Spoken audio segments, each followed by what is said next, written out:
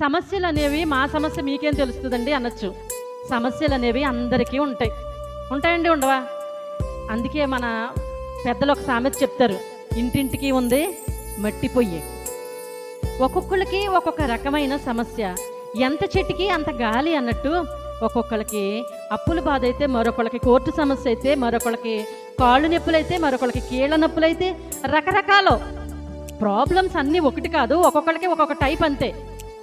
కానీ దేవుని పిల్లలుగా ఉన్న మనకి దేవుడే విడుదలనిస్తాడు. మీలో కొంతమంది అనొచ్చు, దేవుడు ఒక కట్ట పడేయచ్చు కదండి పాస్టర్ గారు, ఆ కట్ట తీసుకుంటే మా ప్రాబ్లమ్స్ అన్నీ సాల్వ్ అయిపోతాయి అని అనుకుంటారు. కానీ దేవుడు కట్ట పడేయక్కర్లేదండి. మోషే చేతిలో ఏముంది? కర్ర ఏమైనా పెద్ద వాల్యుబుల్లా? నో కదా. ఆ కర్రనే వాడుకున్నాడు దేవుడు, 10 రకాల అద్భుతాలు చేశాడు.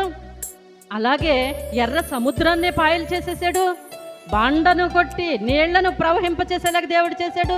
ఎన్నెన్నో అద్భుతాలు ఆ చిన్న కర్ర ద్వారా దేవుడు చేశాడు. అవునంటారా కాదంటారా? మీకున్న కొంచెంలో నుంచే దేవుడు అద్భుతాలు చేయగలడు. హల్లెలూయా, హల్లెలూయా. దావీదు చేతిలో ఏముందేటండి యుద్ధం చేయడానికి?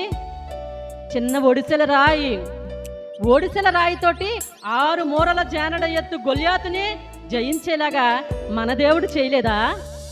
యుద్ధాయుధాలు ఏమున్నాయి దావీదు దగ్గర? ఏమీ లేవు. చిన్న ఒడిసెలతో 6 మూరల జానడ ఎత్తు గొల్యాతుని జయించేలాగా దేవుడు చేశాడు కదా.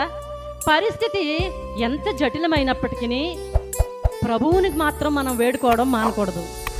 ఆయన అద్భుతాలు చేసే దేవుడు. హల్లెలూయా.